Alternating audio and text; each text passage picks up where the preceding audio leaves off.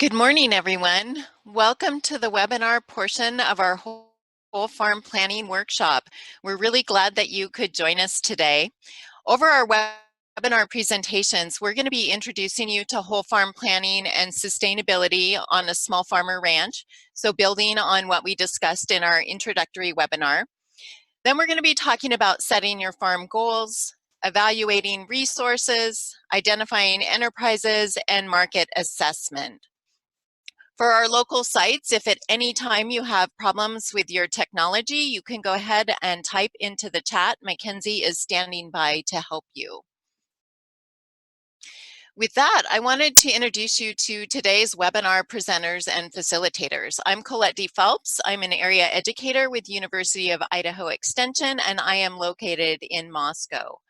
So I will be facilitating today's webinar, and Mackenzie Lawrence is going to be providing technical support. We have speakers from 4 locations across Idaho. Greg is located in Moscow. Jen Werlin, the first Jen that you see in this slide, she is located in Driggs. Jennifer Jensen is up in Sandpoint. Ken Hart is in Grangeville today. January is also in Grangeville at Ken's site. Ariel is down in the Boise-Caldwell area, Diane is up in Sandpoint, and Mackenzie is also in Moscow. So you'll get to hear from 3 farmers, and you're going to get to hear from 5 extension educators today through these webinar presentations. So I wanted to go ahead and jump in and talk a little bit more about whole farm planning and sustainability.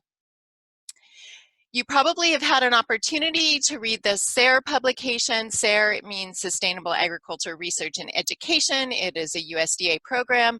They put out this short publication about what is sustainable agriculture. And in that publication, you have an overall introduction to sustainable agriculture and how different farmers practice sustainable agriculture on their farms. When we talk about agricultural sustainability, we're really talking about active work. And so as you can see on this slide, I have highlighted in blue some of the words that talk about this active work. So when we talk about human food and fiber needs, we're talking about satisfying those. Those look different depending on your cultural framework, your geographic region, what your personal needs are. We're looking at enhancing environmental quality and the natural resource space. Again, enhancing, that's an active term. We're continually improving what we're doing when we're talking about agricultural sustainability. We're trying to make the most efficient use of on-farm resources and non-renewable resources. And this is important in terms of environmental sustainability, but also economic sustainability. We're looking at integrating where appropriate natural and biological cycles and controls. So working with nature as much as we can. Farms are not sustainable unless they are economically viable. And economic viability depends on what the needs of the farm operators and their families and communities are. So again, this is very unique to place.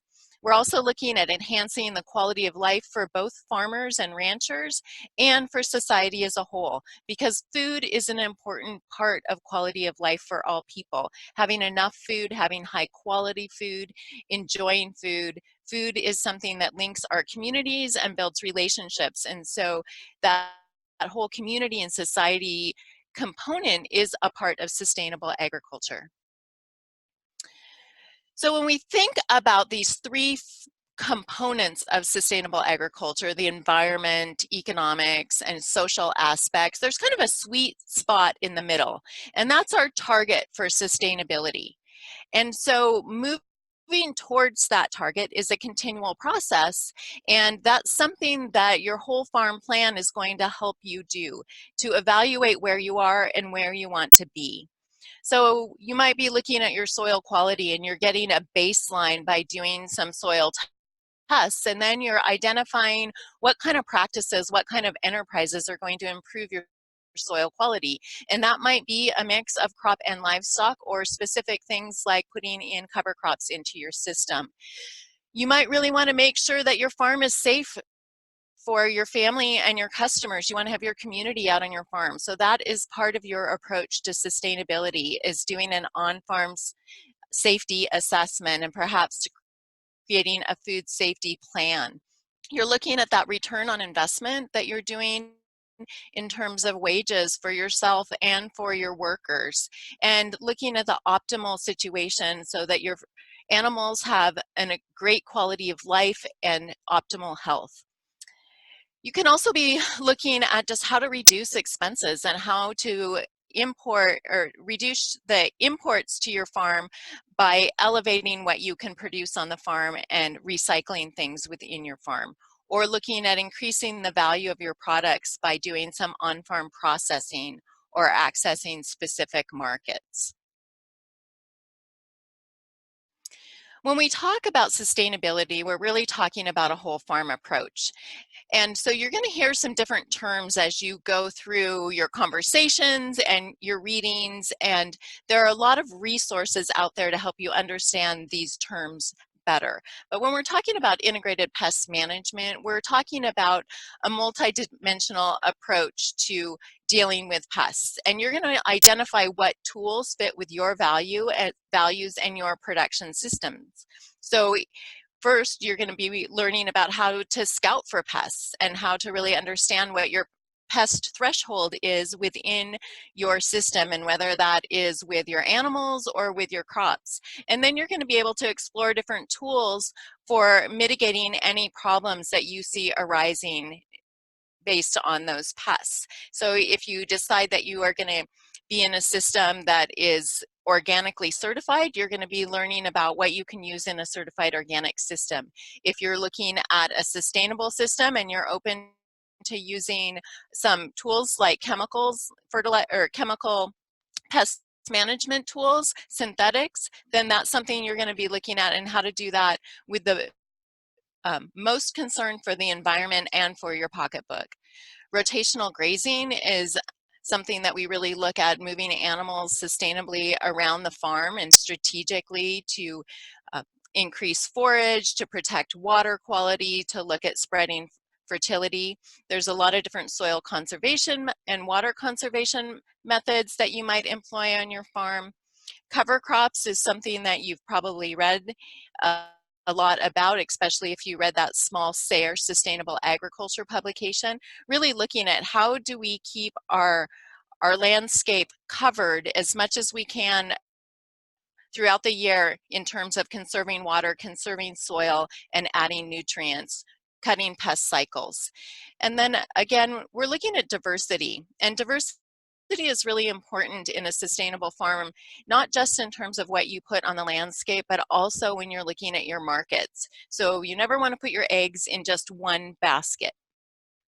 Nutrient management, again, is super important for being most efficient on your farm, as well as protecting waterways and groundwater. Agroforestry is something that you might want to look at on your farm. So adding windbreaks, and whether those windbreaks would be harvestable or how they're positioned on your farm to reduce evapotranspiration or maybe protect from some contaminants that might come from a neighboring property.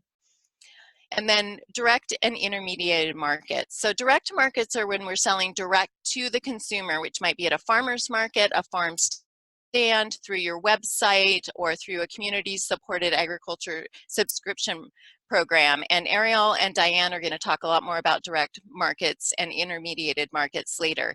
Intermediated markets are when you're selling to somebody who is going directly to somebody who's going to take that product and either resell it or value add it into another product. So that could be selling to a grocery store, a restaurant, or a local processor. So sustainability in food and farming systems is really a goal or direction. And how we talk about it in cultivating success is that we are always learning. What we know about sustainability today is limited to what we know today. And tomorrow we're going to learn something new that is going to keep moving us in this direction.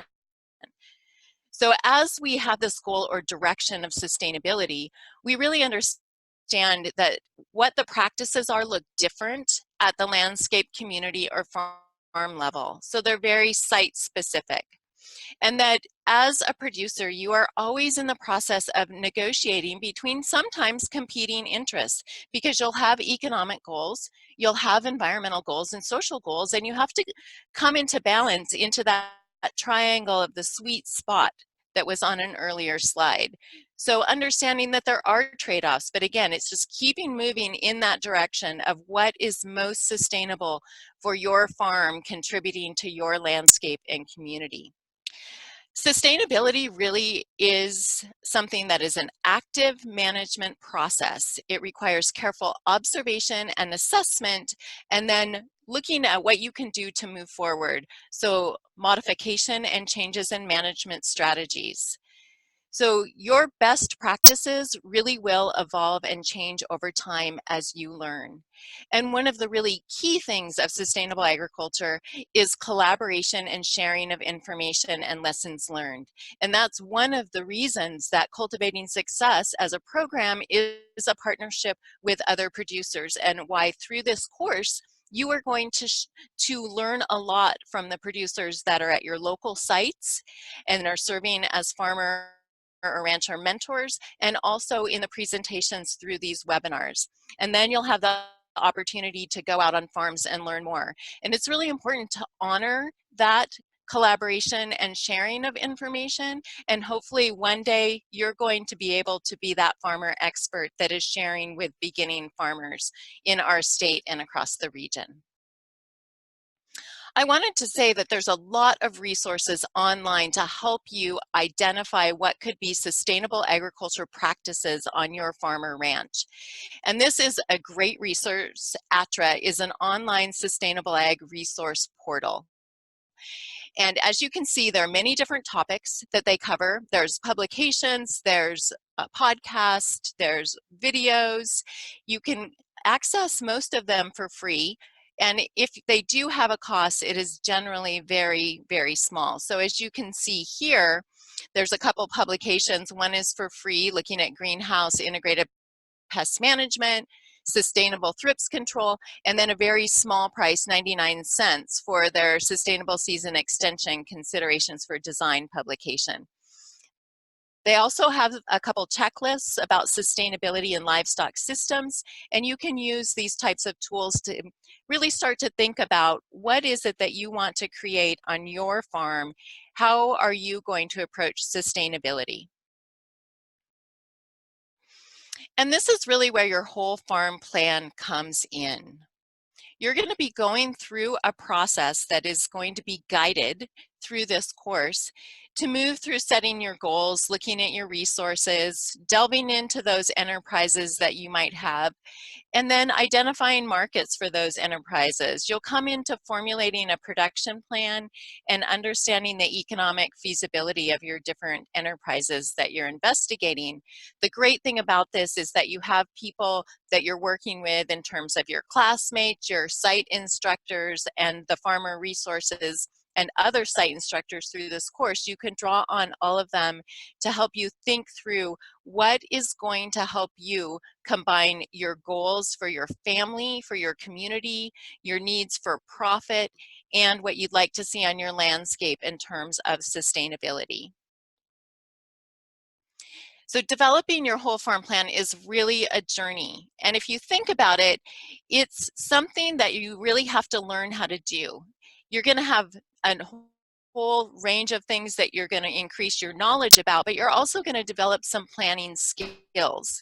So you might think about it as like if you were going to go and skin a hoop house or a high tunnel, as you see in this picture, you might not know how to do that. But when you get there, you're part of a team that is doing some hands-on learning to develop the skills to be able to use a hoop house.